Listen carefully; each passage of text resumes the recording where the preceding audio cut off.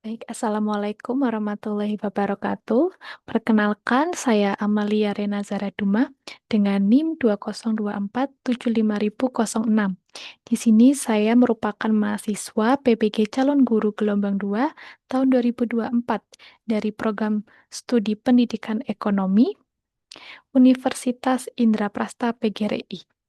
Baik, di sini saya akan memaparkan atau menjelaskan terkait hasil seminar pendidikan profesi guru saya, di mana di sini saya akan menjelaskan terkait identifikasi diri, kemudian refleksi mata kuliah yang bermakna, rencana tindak lanjut, serta desain inovasi pembelajaran yang sudah saya buat dan sudah saya terapkan dalam pembelajaran di kelas. Oke, baik. Yang pertama, di sini saya akan menjelaskan terkait identifikasi diri. Di sini saya sudah menyusun visi pribadi saya untuk pendidikan di Indonesia dan visi pribadi saya sebagai calon guru. Nah, yang pertama, visi pribadi saya untuk pendidikan di Indonesia ini, saya di sini ingin menciptakan pendidikan yang tentunya berkualitas dan inklusif, di mana saya ingin mewujudkan generasi yang cerdas, berkarakter, berakhlak mulia, dan mampu berdaya saing global, atau yang bisa saya singkat dengan cekatan. Nah, sedangkan visi pribadi saya sebagai calon guru, di sini saya ingin menjadi guru yang tentunya profesional, kemudian penuh dedikasi untuk dunia pendidikan, inspiratif dan humanis, dengan mewujudkan pendidikan atau pembelajaran yang aktif, interaktif, inovatif, dan menyenangkan, serta dapat menciptakan lingkungan belajar yang aman, setara, dan tentunya berpihak kepada peserta didik. Nah, kemudian untuk mencapai visi-visi tersebut, tentunya ada misi-misi yang harus saya lakukan. Yang pertama, di sini saya dapat meningkatkan kualitas dari soft skill atau kompetensi guru yang saya miliki melalui salah satunya ada PPG atau Pendidikan Profesi Guru, serta berbagai pelatihan terkait peningkatan soft skill lainnya untuk meningkatkan kualitas kompetensi guru yang saya miliki. Kemudian di sini saya juga ingin mengimplementasikan atau menerapkan bagaimana saya dapat melakukan pembelajaran dengan pendekatan yang tentunya berpusat pada siswa atau student oriented. Lalu di sini saya ingin merancang pembelajaran yang menyesuaikan kebutuhan dan karakteristik peserta didik, seperti bagaimana latar belakang siswa, kemudian gaya belajarnya, kemampuan awalnya, seperti itu.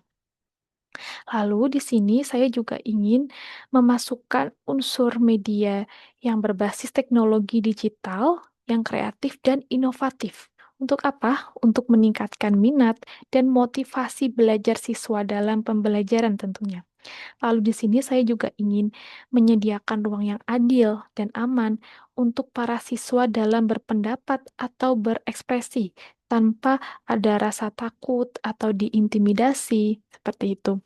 Lalu saya juga ingin menerapkan bagaimana nilai-nilai profil pelajar Pancasila itu dalam pembelajaran. Sehingga di sini saya ingin mencapai visi saya dalam siswa yang berkarakter, berdaya saing, dan punya semangat berkebinekaan global.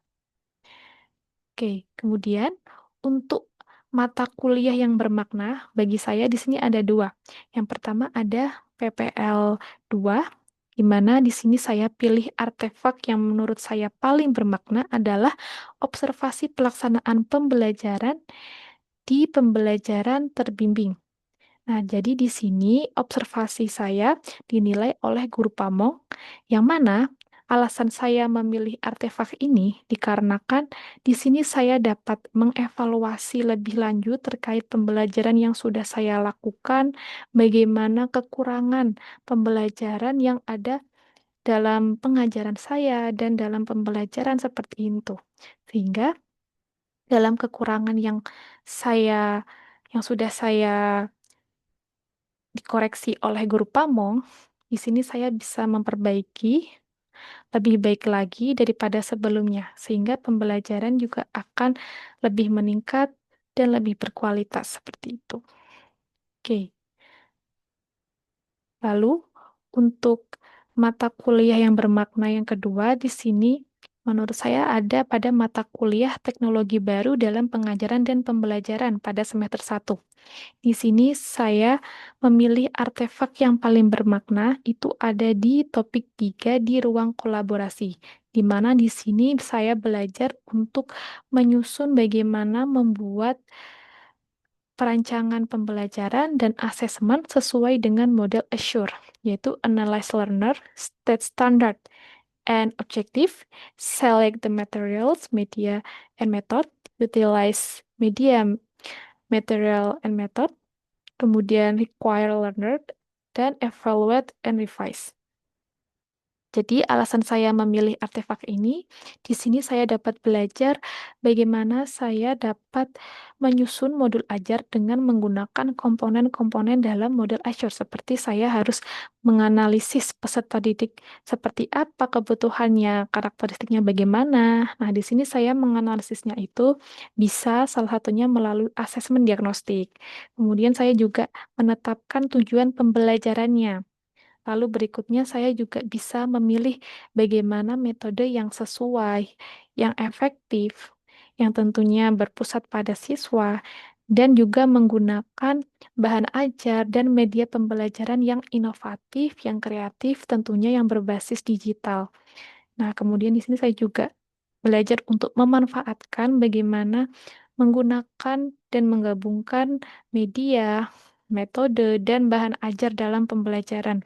Kemudian di sini saya juga berusaha dan berupaya untuk melibatkan semua peserta didik agar mereka bisa aktif dalam pembelajaran, baik dalam diskusi maupun dalam presentasi. Kemudian saya juga belajar untuk bagaimana mengevaluasi pembelajaran dengan memberikan umpan balik kepada peserta didik, salah satunya melalui kuis sebagai tes formatif yang saya lakukan. Dan kemudian saya adakan revisi untuk beberapa siswa yang nilainya belum mencapai kriteria seperti itu. Lalu di sini ada pun refleksi pengalaman belajar saya dalam mengikuti program PPG. Jadi di sini saya sadar bahwa pendidikan di Indonesia itu seharusnya bisa menciptakan pembelajaran yang berfokus pada potensi, minat, dan bakat dari peserta didik, serta menyesuaikan karakteristiknya. Lalu saya juga sadar bahwa untuk meningkatkan kualitas guru itu perlu meningkatkan juga keterampilan atau kompetensinya sesuai dengan kebutuhan zaman. Dan saya juga sadar bahwa dibutuhkan infrastruktur pendidikan yang memadai dan merata di semua sekolah di Indonesia. Nah, kemudian di sini saya juga sadar untuk menjadi guru profesional, saya harus penuh dedikasi untuk menjalankan tugas dan kewajiban saya dengan sepenuh hati, kemudian berupaya meningkatkan kompetensi diri untuk menjadi guru profesional dan dapat menjadi guru yang inspiratif. Nah, rencana tindak lanjut saya yang saya lakukan di sini saya ingin memperhatikan bagaimana karakteristik dan kebutuhan siswa dalam pembelajaran agar tujuan pembelajaran itu tercapai. Saya ingin mengeksplor media pembelajaran yang terintegrasi dengan teknologi yang menarik dan interaktif yang tentunya berorientasi pada siswa. Lalu saya ingin menciptakan komunikasi dan ruang diskusi yang aman, saling menghargai, dan positif tentunya dengan peserta didik dan orang tua. Lalu di sini sebagai guru profesional juga saya akan melakukan peningkatan keterampilan kompetensi guru baik dari segi kepribadian, pedagogik, sosial, dan profesional. Dan saya ingin menciptakan kesetaraan belajar di semua kalangan peserta didik. Dan saya ingin juga bisa mengimplementasi profil pelajar Pancasila dalam pembelajaran. Nah, baik. Di sini saya membuat desain inovasi pembelajaran dengan menggunakan media pembelajaran yang berbasis digital. Dan saya menerapkan pendekatan TARL seperti itu. Nah, alasan saya menggunakan desain inovasi pembelajaran berbasis digital dan ARL karena di sini saya menyadari bahwa siswa itu memiliki tingkat pemahaman yang beragam, mulai dari rendah, sedang, sampai tinggi. Dan gaya belajar setiap siswa pun berbeda-beda, ada yang auditori, ada yang visual, dan ada yang audio visual. Kemudian di sini saya juga menyadari bahwa guru pamong itu dalam pembelajaran dari observasi yang saya lakukan kurang memasukkan media pembelajaran berbasis digital dan juga kurangnya partisipasi aktif dari para siswa di kelas. Maka dari itu, di sini salah satunya saya membuat aplikasi pembelajaran yang bernama Ekono. Jadi Ekono ini merupakan media pembelajaran digital dengan fitur-fitur, ada tujuan pembelajaran dicapai, kemudian ada materinya, ya. Jadi materi baik yang berupa teks maupun lisan, kemudian video-video pembelajarannya yang dapat terintegrasi dengan YouTube, kuis, serta refleksi pembelajaran. Nah, jadi aplikasi ini bisa diakses oleh siswa di smartphone, di PC, ataupun di tablet seperti itu. Jadi tujuan dari aplikasi ini saya ingin mengakomodir semua kebutuhan dari siswa dari segi gaya belajarnya untuk peserta didik yang audio, yang visual, dan audio visual.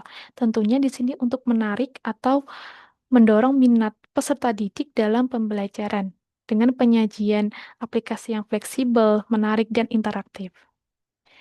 Nah, kemudian dalam media pembelajaran lain yang sudah saya buat, di sini saya juga eh, membuat PowerPoint Canva dengan materi sistem pembayaran dan aplikasi yang sudah saya buat juga menggunakan topik sistem pembayaran seperti itu. Nah, kemudian di sini PowerPoint Canva itu saya gunakan untuk penjelasan materi dengan penyajian yang visual, yang menarik, dan interaktif. Kemudian di sini saya juga menggunakan Froggy Jam Quiz untuk pemberian evaluasi asesmennya berupa 10 soal pilihan ganda terkait sistem pembayaran. Nah, di mana di sini siswa dapat mengerjakan sambil bermain. Jadi, di mana kalau misalkan siswa itu menjawab soal dengan benar, maka kodok kodok atau katak ini bisa loncat ke daun berikutnya. Tapi kalau misalkan siswa itu salah dalam menjawab soal, maka kodok atau katak ini akan terjebur di kolam.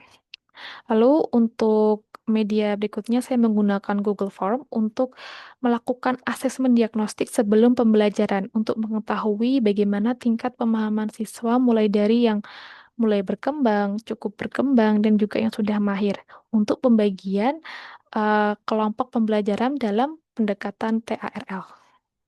Kemudian untuk LKPD sendiri, di sini saya juga mengelompokkan siswa ke dalam kelompok yang mulai berkembang, cukup berkembang, dan mahir.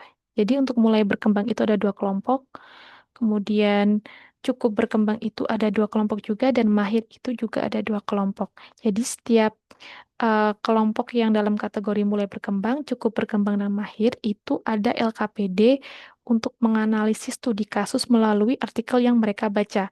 Dan mereka bisa mempresentasikan hasil diskusi mereka melalui lisan ataupun melalui media pembelajaran lainnya seperti poster atau video atau PPT seperti itu. Lalu di sini saya juga membuat word wall sebagai pertanyaan pemantik untuk para siswa dengan mendrag and drop kotak-kotak yang berisi alat pembayaran tunai dan non-tunai untuk mereka kelompokkan mana sih alat pembayaran tunai dan mana alat pembayaran non-tunai. Seperti itu. Nah, itu tadi sekilas terkait hasil desain inovasi pembelajaran saya. Kemudian di sini saya juga sudah menjelaskan terkait mulai dari identifikasi diri, kemudian ada refleksi, kemudian juga terkait refleksi mata kuliah yang bermakna, rencana tindak lanjutnya yang akan saya lakukan di masa yang akan mendatang. Baik, itu saja yang bisa saya paparkan terkait hasil seminar PPG. Sekian dan terima kasih. Semoga bermanfaat. Assalamualaikum warahmatullahi wabarakatuh.